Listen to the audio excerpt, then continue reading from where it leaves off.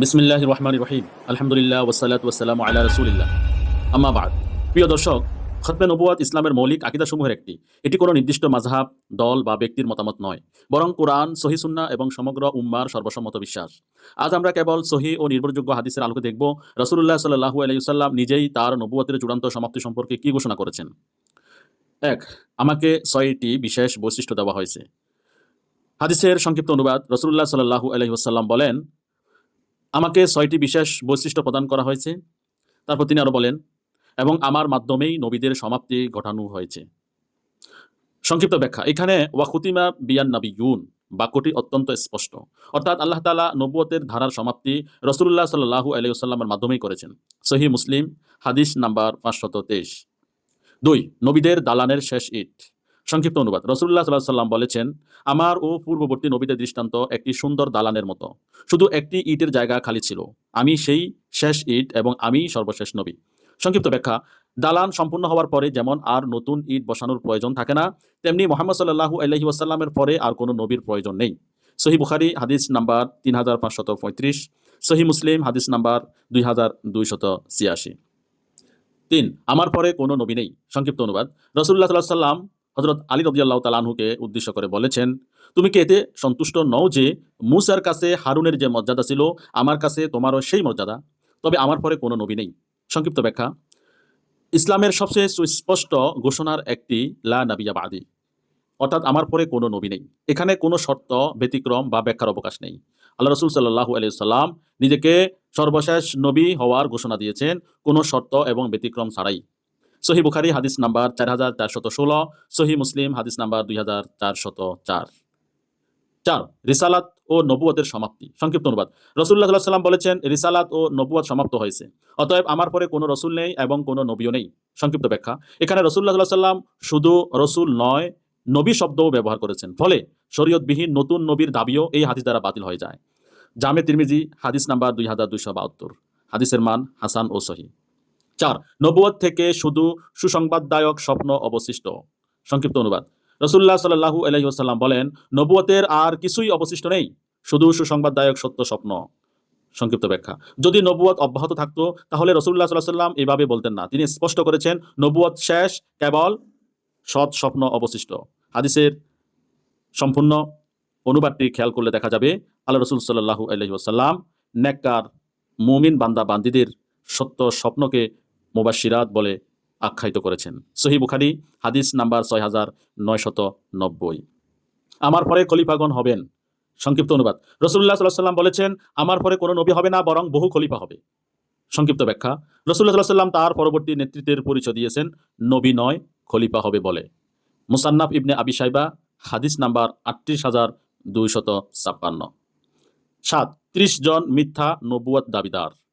সংক্ষিপ্ত অনুবাদ। রাসূলুল্লাহ সাল্লাল্লাহু আলাইহি ওয়াসাল্লাম বলেছেন, আমার উম্মতের মধ্যে ৩০ জন মিথ্যাবাদী আসবে, প্রত্যেকে নবুয়তের দাবি করবে, অথচ আমি শেষ নবী, আমার পরে কোনো নবী নেই। সংক্ষিপ্ত ব্যাখ্যা। এখানে রাসূলুল্লাহ সাল্লাল্লাহু আলাইহি ওয়াসাল্লাম ভবিষ্যতের নবুয়ত দাবিদারদের সত্য নবী বলেননি, বরং কাযযাব তথা মিথ্যাবাদী বলেছেন। তিরমিজি হাদিস নাম্বার ২২১৯, সুনানে আবু দাউদ হাদিস নাম্বার ৪২৫২।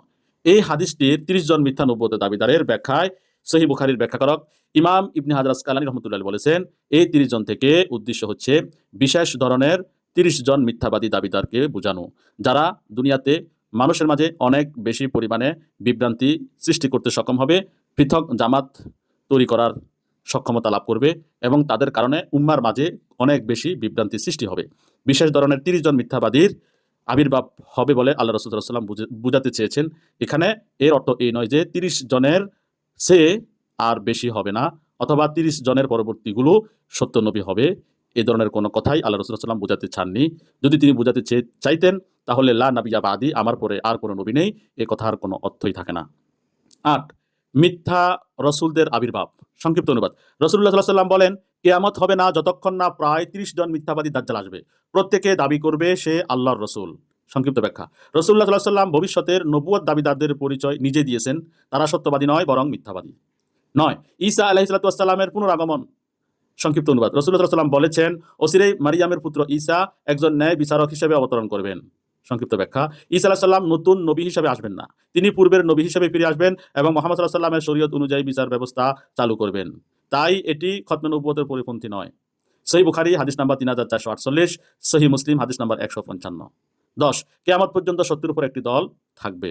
সংক্ষিপ্ত অনুবাদ, রাসূলুল্লাহ সাল্লাল্লাহু আলাইহি ওয়াসাল্লাম বলেছেন, আমার উম্মতের একটি দল সর্বদা সত্যের উপর প্রতিষ্ঠিত থাকবে কিয়ামত পর্যন্ত।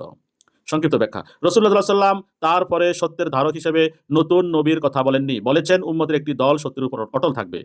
সহিহ মুসলিম হাদিস নাম্বার 1920, সহিহ বুখারী হাদিস নাম্বার 7311। প্রিয় দর্শক শ্রোতা, এই হাদিসগুলো একত্রে আমাদের সামনে একটি সুস্পষ্ট বাস্তবতা তুলে ধরে। রাসূলুল্লাহ সাল্লাল্লাহু আলাইহি ওয়াসাল্লাম সর্বশেষ নবী, তার মাধ্যমে নবুয়তের সমাপ্তি ঘটেছে। তারপরে তথাকথিত জিল্লি বুরুজি উম্মতি এই ধরনের কোন নবী রাসূল আসবেন না, যেহেতু আল্লাহ রাসূল সাল্লাল্লাহু আলাইহি ওয়াসাল্লাম আনকন্ডিশনালি লা নাবিয়্যা বাদি, আমার পরে কোনো নবীই নেই, এভাবে তিনি বলে সুস্পষ্ট করে দিয়েছেন যে কোনো ধরনের নতুন কোনো নবীর জন্ম হবে না। আল্লাহ রাসূল সাল্লাল্লাহু আলাইহি ওয়াসাল্লাম শেষ নবী এবং ওনার উম্মাহ সর্বশেষ উম্মাহ। ভবিষ্যতে যেই নবুয়তের দাবি করবে, রাসূলুল্লাহ সাল্লাল্লাহু আলাইহি ওয়াসাল্লাম তাকে মিথ্যাবাদী বলেছেন, তাকে কাযযাব বলেছেন তথা মহামিথ্যাবাদী, কারণ সে সত্য এবং মিথ্যাকে গুলিয়ে ফেলবে এবং মানুষের মাঝে খুব বেশি বিভ্রান্তি সৃষ্টি করতে সক্ষম হবে। ঈসা আলাইহিস সালাতু ওয়াস সালামের পুনরাগমন নতুন নবুয়ত নয়, বরং পূর্ববর্তী নবীর প্রত্যাবর্তন। আর কিয়ামত পর্যন্ত আল্লাহর দিনের সত্যকে ধারণ করবে উম্মতের একটি দল, নতুন কোন নবী আসার প্রয়োজন হবে না। অতএব খতমে নবুয়ত কোনো অনুমান নির্ভর বিশ্বাস নয়, বরং কোরআন, সহিহ সুন্নাহ এবং সমগ্র মুসলিম উম্মার ইজমা দ্বারা প্রতিষ্ঠিত এক অকাট্য আকীদা। এই পর্যায়ে দুইটি যুক্তি খণ্ডন করা হবে। বিভ্রান্তকারীরা যুক্তি প্রদর্শন করে এভাবে, ঈসা আলাইহিস সালাতু ওয়াস সালাম আবার আসবেন, তিনি তখনও নবী থাকবেন, সুতরাং নবুয়ত বন্ধ নয়, নতুন শরীয়তবাহী নবী না এলেও শরীয়তবিহীন নবী আসতে পারেন। এই যুক্তির খণ্ডনে আমরা বলি, এই যুক্তি মূলত পুনরাগমন এবং নতুন প্রেরণ এই দুটি সম্পূর্ণ ভিন্ন বিষয়কে এক করে ফেলেছে। হযরত ঈসা আলাইহিস সালামের আগমন হবে নতুন নবী হিসেবে নয়, বরং পূর্বেই নবুয়তের মর্যাদাপ্রাপ্ত একজন নবীর পুনরাগমন হিসেবে। তিনি কোনো নতুন ওহী, নতুন শরীয়ত বা নতুন উম্মত নিয়ে আসবেন না, বরং শেষ নবী মুহাম্মদ সাল্লাল্লাহু আলাইহি ওয়াসাল্লামের উম্মতের একজন ন্যায়পরায়ণ শাসক হিসেবে তার শরীয়তের অনুসরণ করবেন। এই কারণে রাসূলুল্লাহ সাল্লাল্লাহু আলাইহি ওয়াসাল্লাম ঘোষণা করেছেন, ইন্নার রিসালাতা ওয়ান নবুওয়াতা কদ ইনকাতাআত ওয়ালা রাসূলা বাদি ওয়ালা নাবিয়্যা, অর্থাৎ রিসালাত ও নবুয়ত সমাপ্ত হয়ে গেছে, অতএব আমার পরে আর রাসূল নেই এবং কোনো নবীও নেই।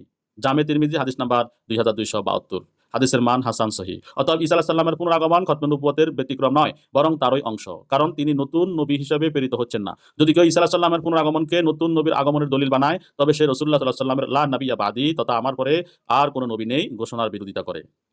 যুক্তি 4, যখন উম্মাহ বিভ্রান্ত হবে, আলেমরা অপব্যাখ্যা করবে এবং দ্বীন দুর্বল হয়ে যাবে, তখনই তো নতুন নবী বা রাসূল আসার প্রয়োজন। বর্তমান সময়ও তেমন।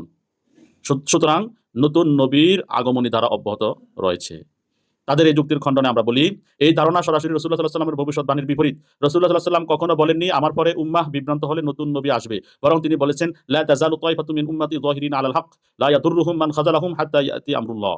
আমার উম্মতের একটি দল সর্বদা সত্যের উপর প্রতিষ্ঠিত থাকবে, বিরোধীরা তাদের কোনো ক্ষতি করতে পারবে না, এভাবেই আল্লাহর আদেশ তথা কিয়ামত এসে যাবে। সহিহ বুখারী হাদিস নাম্বার 7311, সহিহ মুসলিম হাদিস নাম্বার 1920। অর্থাৎ উম্মাহ কখনো সত্যপথ থেকে সম্পূর্ণরূপে শূন্য হয়ে যাবে না। আবার রাসূলুল্লাহ সাল্লাল্লাহু আলাইহি ওয়াসাল্লাম তারপরে নেতৃত্ব সম্পর্কে বলেছেন, আমার পরে কোনো নবী হবে না, বরং বহু খলিফা হবে। মুসান্নাফ ইবনে আবি শাইবা হাদিস নাম্বার 38256।